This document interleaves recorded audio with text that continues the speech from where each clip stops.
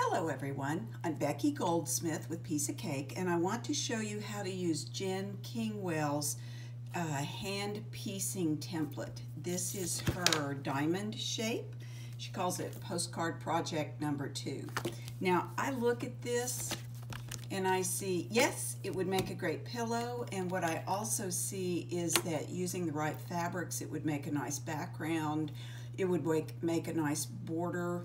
It's hand sewing at its best in that it's very travelable. You can carry it with you. It doesn't take up much space. It's fun to do. All right, so this is how you use a hand piecing template. You take your fabric. Now, I pulled out a bunch of scraps from my scrap basket. So I've got scraps to pick from. And some of my scraps are big and some of them are little. If you wanted to with this, you could measure strips that were exactly the size of the template. I didn't, I just happened to have this strip. You could use the template with a rotary cutter. I find it just as simple to trace around it, but whatever works for you.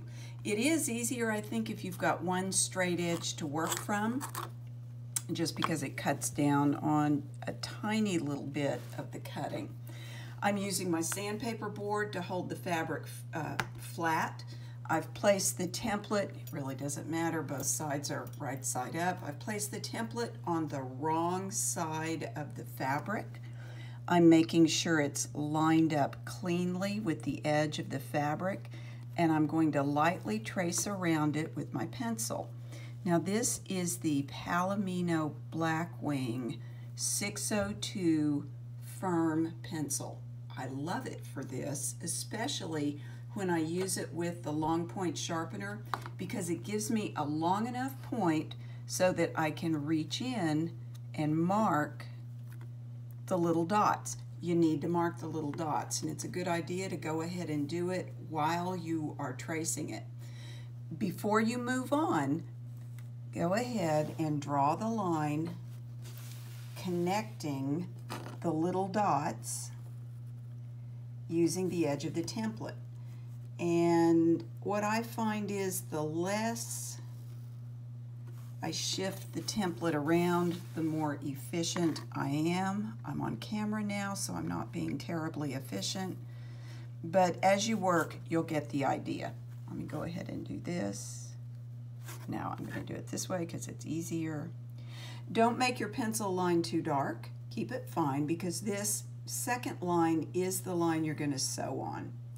If you've got a strip or if you've got a straight edge and you know you're going to use more than one piece of this fabric, go ahead and shift your template and trace it again and again and again, each time drawing the inside line along with the outside line.